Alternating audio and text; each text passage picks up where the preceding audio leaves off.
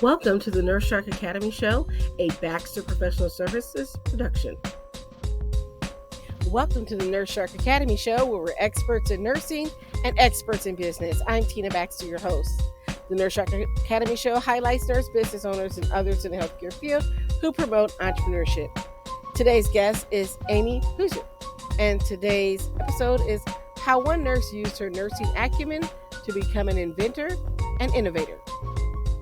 And I think what I've learned from traveling to Dusseldorf and being able to present the product to the EU and then traveling to Dubai is that there's a tremendous amount of inequity and disparity in healthcare around the world. And not every country is going to be a country that can afford this device to reduce infections. And that could be the next interesting portion of this, would be able to get involved in some way to provide this to countries that could otherwise not, to protect their patients. Break free and come feel the sun with the Nurse Shark Academy. Nurses, are you ready to break free from the grind and build something of your own? It's time to take your skills beyond the bedside and step into entrepreneurship. Join our webinar, Break Free, the Nurse's Path to Entrepreneurship, where you'll learn how to shift your mindset, explore your nurse-owned business ideas, and get the exact steps to launch your own business. This is your time to take control of your career and create a future you love. Seats are limited, so grab yours now. Break free and join the Nurse Shark Academy at thenurssharkacademy.biz. Hello and welcome to the Nurse Shark Academy Show. I'm Tina Baxter, your host. The Nurse Shark Academy Show highlights nurse business owners and others in the healthcare field who promote entrepreneurship. We interview nurse leaders and encourage them to tell their story.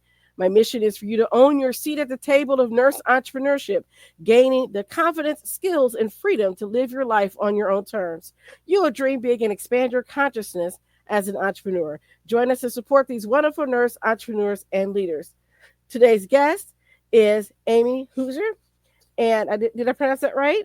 Close. It's Huser. Huser, okay.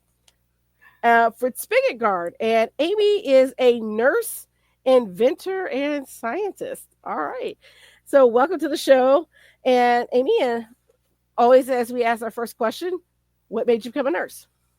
Well, thank you. And thank you for this platform. I appreciate what you've done to provide this voice for nurse entrepreneurs. I think that I always knew I wanted to be a nurse. I come from a medical family, and I can remember from the time I was about 4 wanting to take care of other things. At that time, it was largely stuffed animals in my room. My father was a physician, and I can remember about being 4 or 5 when they bought me a costume that was a nurse's costume, and my father would take me to the hospital rounding with him while I was dressed up as a nurse. So very early on, and that journey continued with working at the Soldiers Home when I was in middle school, volunteering there to push people around in wheelchairs. And after that, I was a candy striper. Following that, I was a nurse assistant or CNA, did that in high school, and then on to ultimately a career in nursing.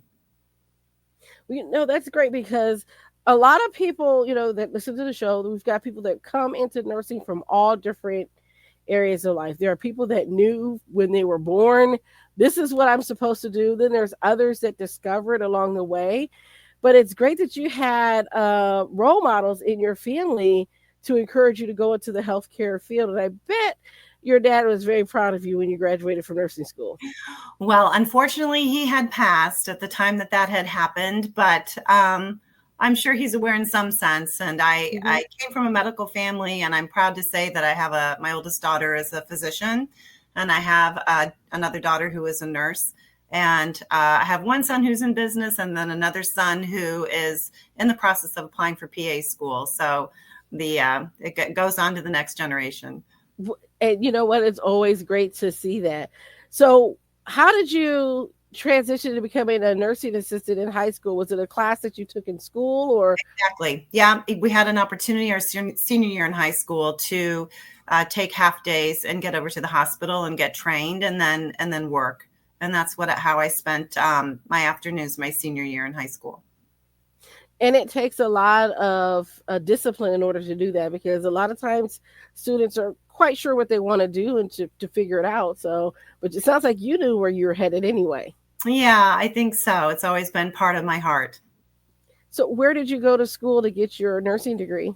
So I have a degree, a BSN from Purdue University. Okay. Yeah. All right. So fellow Hoosier, which I failed to mention that. And so, yes, I'm a Purdue fan. Good. It's basketball season. It's a good time to be a Purdue fan. Yes, yes. And so that's great. And so that's where you got your bachelor's degree from Purdue. What was it like standing on that campus? I'm just always curious. Well, Purdue University is an enormous campus in West Lafayette, so it's a lot of walking. And other than that, the hospital systems were great and supportive, and enjoyed my experience, and was just really proud to finish and be able to practice. So what was your very first job when you got out of nursing school? My very first job out of school was in Fort Wayne, and it was at Lutheran Hospital on a med-surg floor. So everybody had made the recommendation to start out on med-surg, that it was a great learning environment. And that's true. I mean, I found it to be true and enjoyed it. And from there, I went on to work at a burn center. And then I came back to Lutheran in coronary ICU, and then moved from Lutheran system to Parkview, and that was all in Fort Wayne. And then I came down to Noblesville and started working in the Indianapolis market. Okay. And so in your journey as a nurse, I'm pretty sure you saw a lot of different things over the years. What kind of stood out to you? Maybe a patient that you seen a difference was made in their life, or maybe working with a colleague or a mentor that's made a difference in your life. What kind of stood out to you in your nursing career early on? Early on, I would have to say the biggest difference that I've seen over the years is that when I began, there wasn't real reverence for the hospital environment. When you walked in, and the expectation was that you would take care of patients.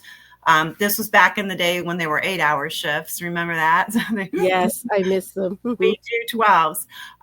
But there was a reverence. And there was, when I started out, and I don't know if it was leadership or just my coworkers, but there was an expectation for high levels of performance, and a standard to always do the right thing, no matter how pressed you were for time.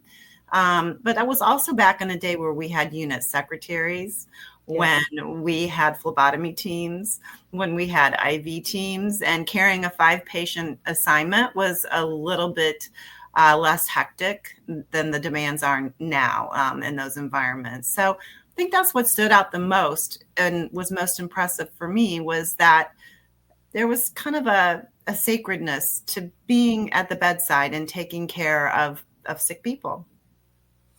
I think that it's kind of changed today, where everything is so fast paced.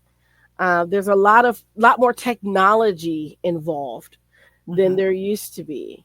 I remember having to learn to count IV drip. Yeah, by drips. And do all those things. And now I don't think our nursing students could ever do that, or even understand if you had to go back to that. If technology were to get compromised, how are you going to handle those things? I notice that whenever we have a downtime and the computer goes down in the hospital or at our clinic, it's like they don't know what to do. Right. It is, it's foreign for them to revert to paper charting and have to make an assessment and document paper for all of those things, for medicines. EMARs, having a paper MAR, all of those things are challenging when we get our technology taken away. Absolutely. Yes. And so being in the at the bedside and working so long as a nurse, what made you decide to go into this different direction of entrepreneurship and developing your product, because I'm really fascinated about how you did that, and kind of introduce your product a little bit to us.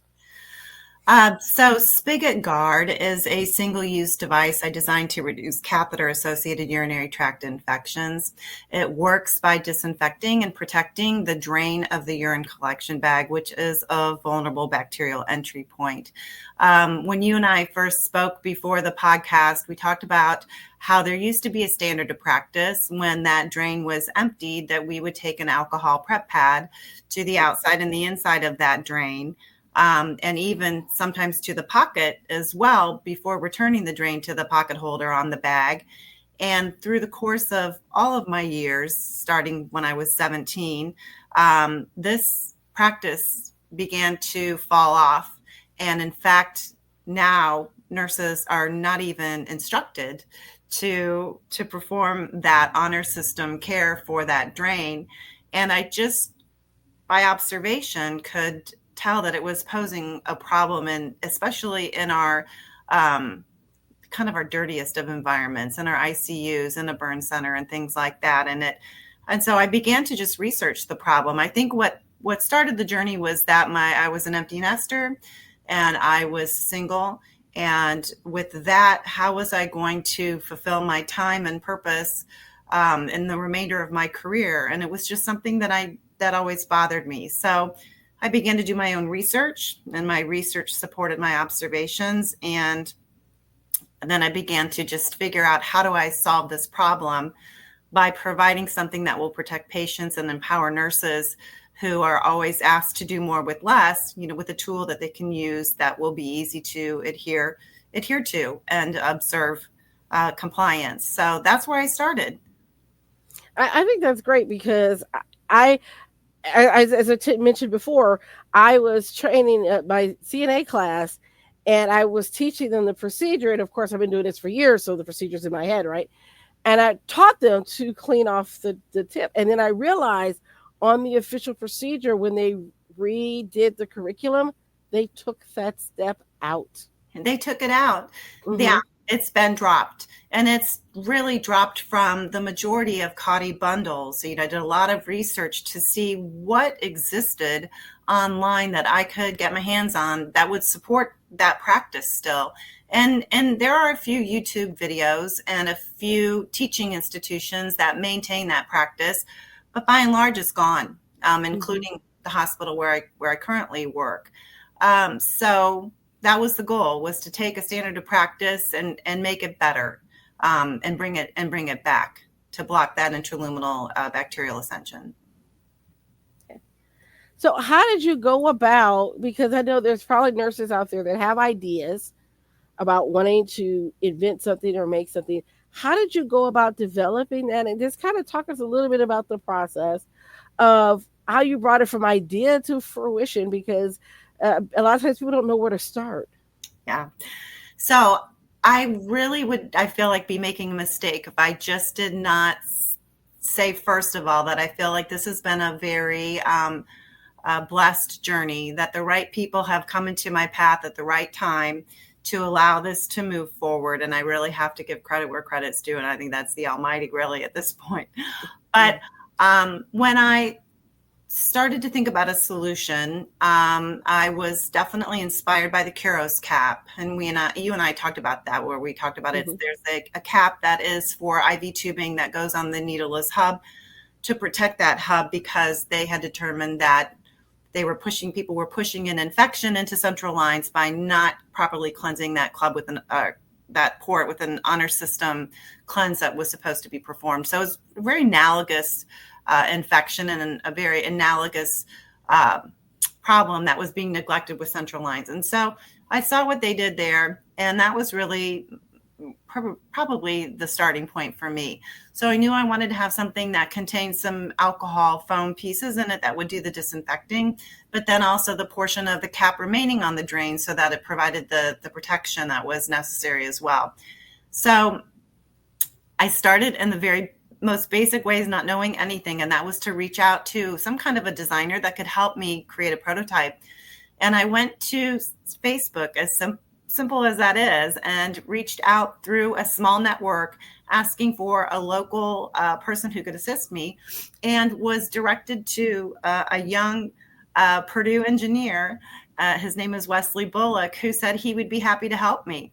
And he came to my home, and we sat at my dining room table and ordered prototype pieces from China based on our measurements, and sat there together at my dining room table assembling pieces, working with Loctite glue, working with different layers of foam, silicone, alcohol to create a prototype. And that's how I started.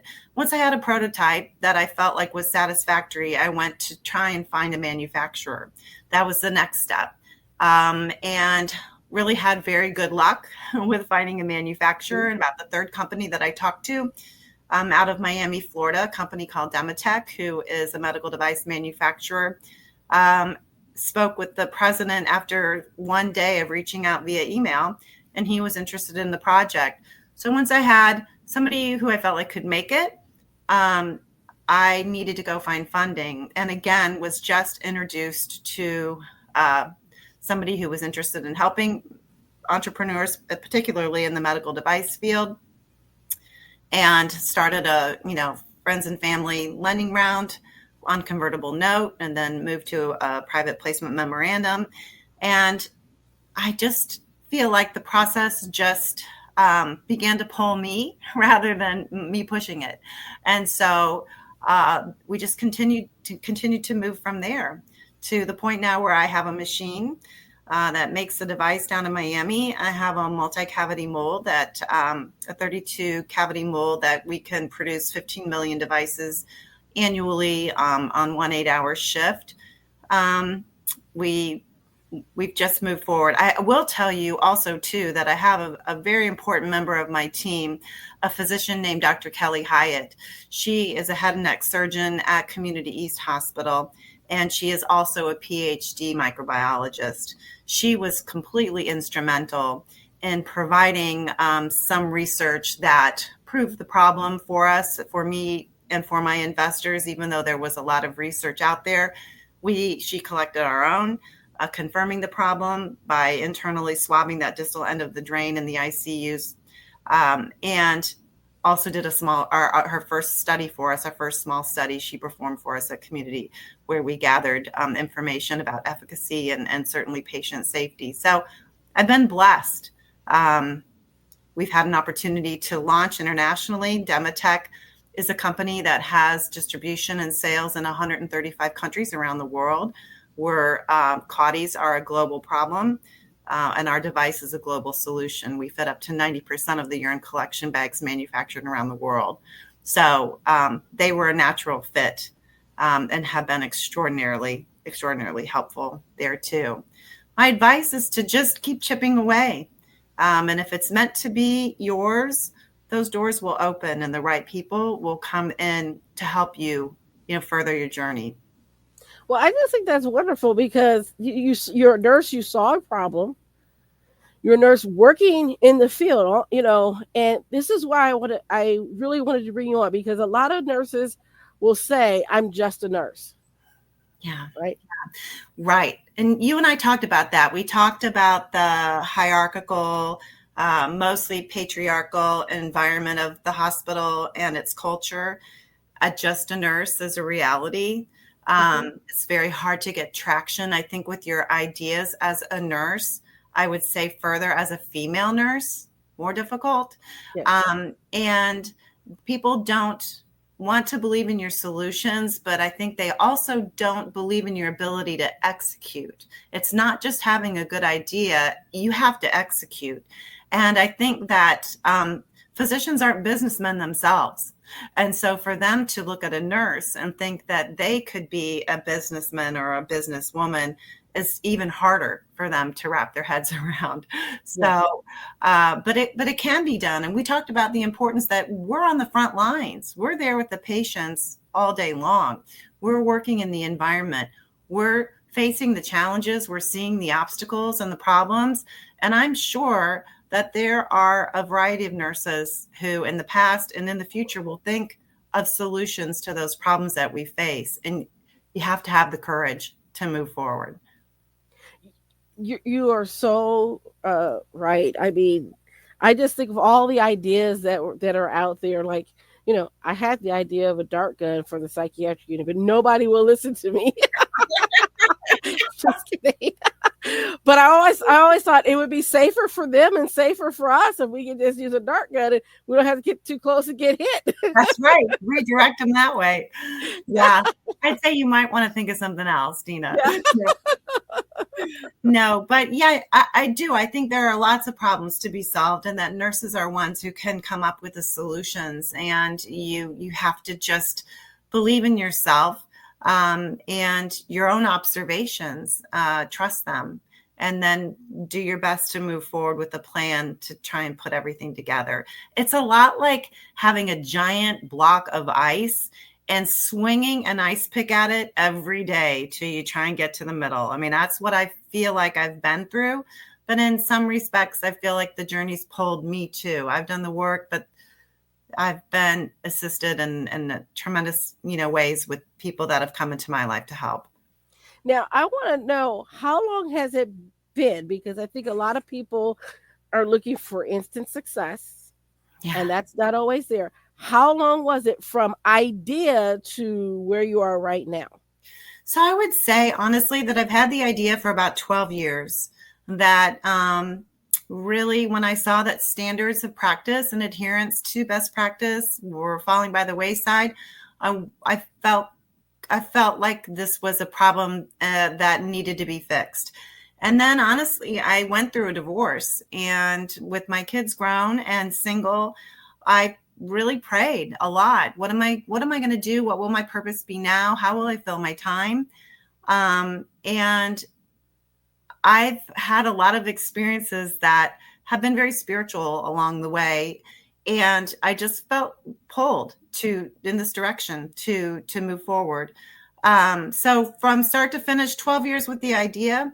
And then, honestly, I would say working on it diligently for the last 4.5 years, from getting Wesley at the dining room table to me to, recently coming back from Dubai, where I introduced the product to the Middle East and North Africa, which just seems insane to say. Mm-hmm. But see, I wanted our audience to hear that part of your story, because I think a lot of times I have an idea, I'm going to get it out there, get it to market really quick, and that may not be the case. It takes time to build the prototype. It takes time to find the manufacturer and investors, and prove that your device works and that it's needed. So you had to get the research behind it.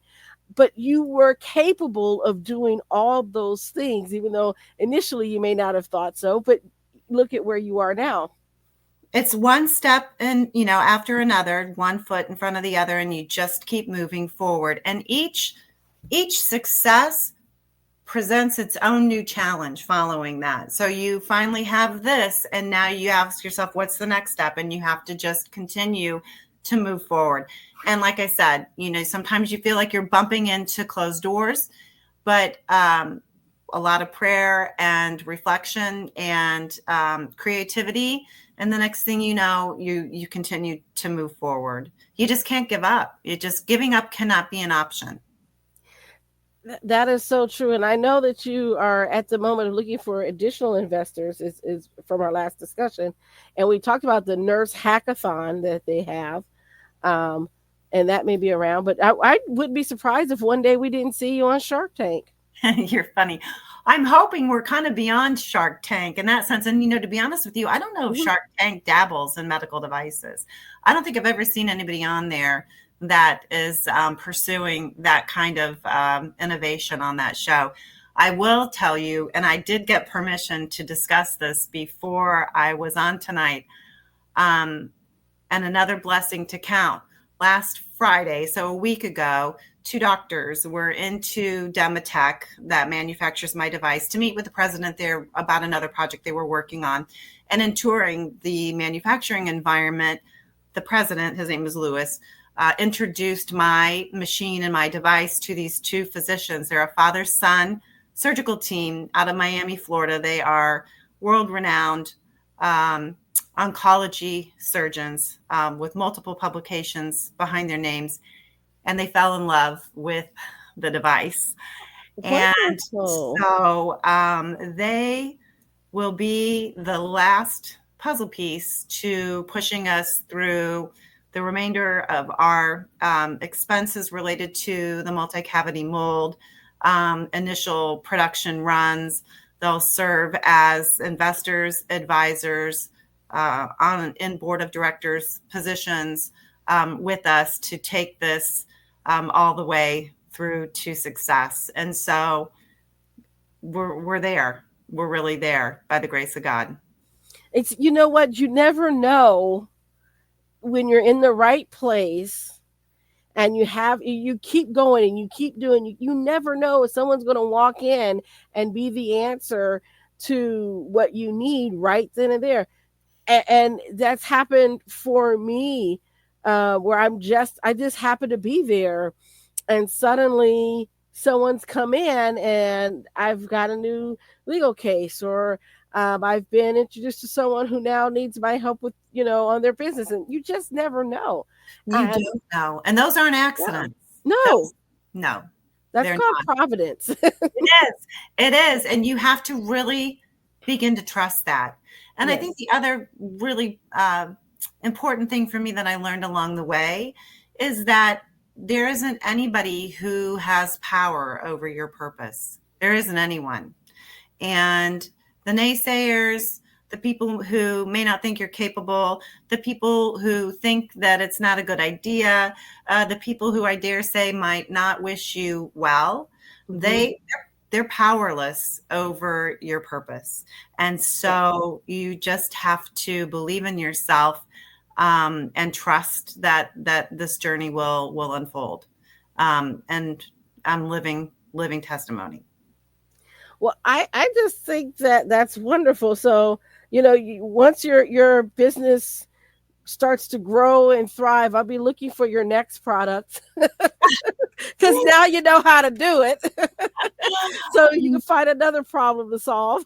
Well, I will tell you what I have learned, because someone asked me that question, what happens next? And I think what I've learned from traveling to Dusseldorf and being able to present the product to the EU and then traveling to Dubai is that there's a tremendous amount of inequity and disparity in healthcare around the world. And not every country is going to be a country that can afford this device to reduce infections. And that could be the next interesting portion of this, would be able to get involved in some way to provide this to countries that could otherwise not, to protect their patients. And so, again, things just tend to take hold and unfold before your eyes. And when you have one piece figured out, something else tugs on your heartstrings and, introduces another problem that needs your attention or could use your attention. So we'll see what happens, one step at a time. But the doctors I was just referring to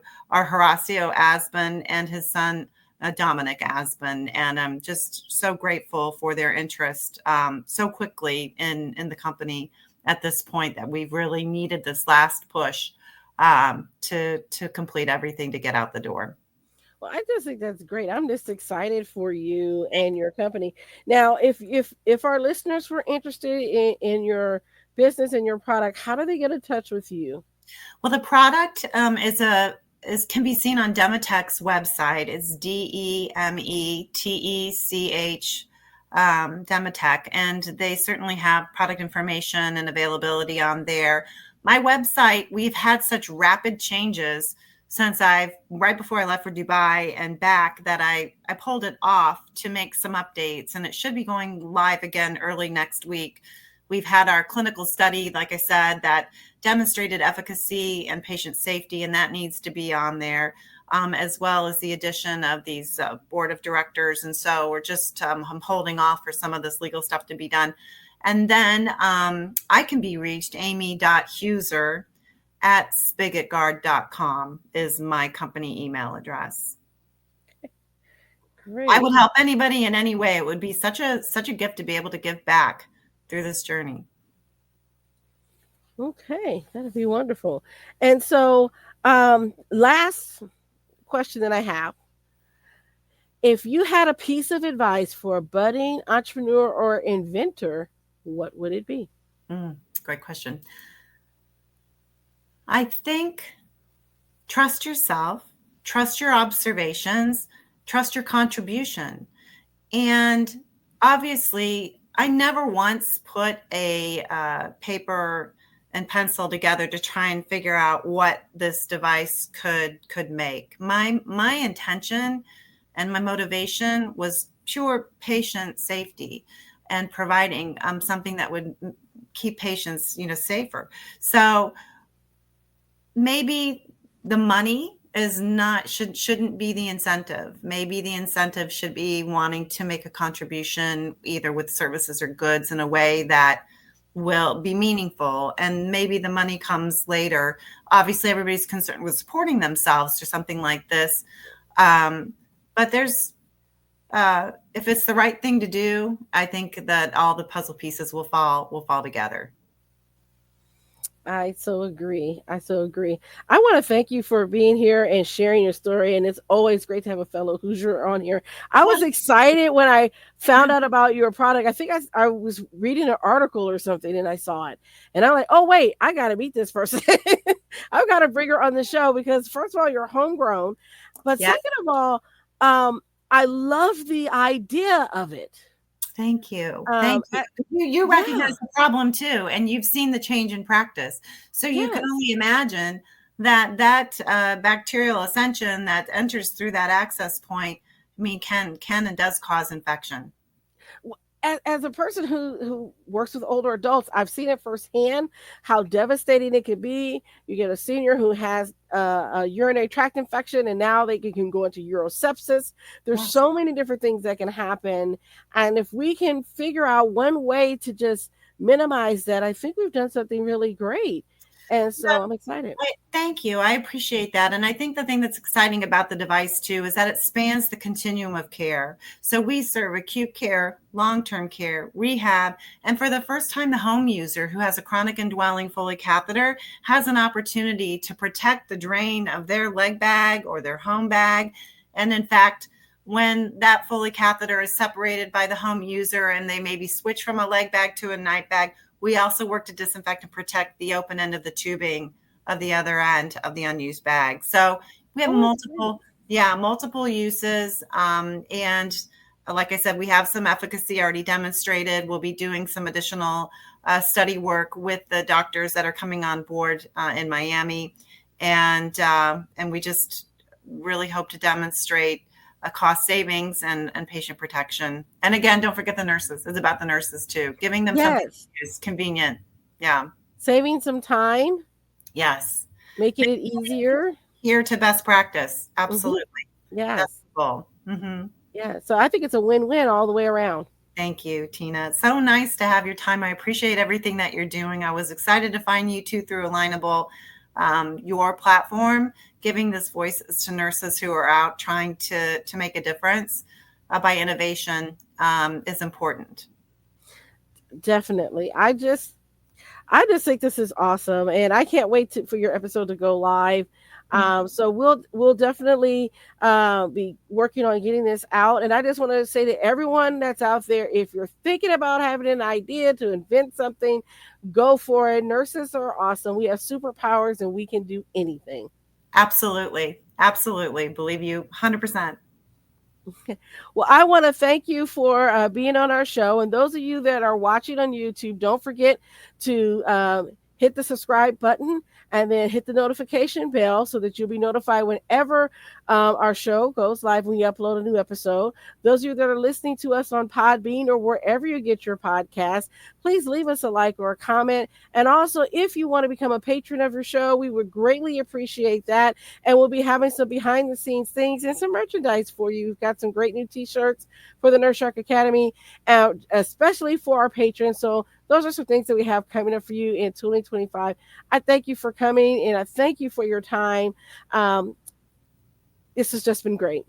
Thank you. Thank you for your time. And I love your logo. Oh, thank you. Shout out to my cousin who's a graphic designer.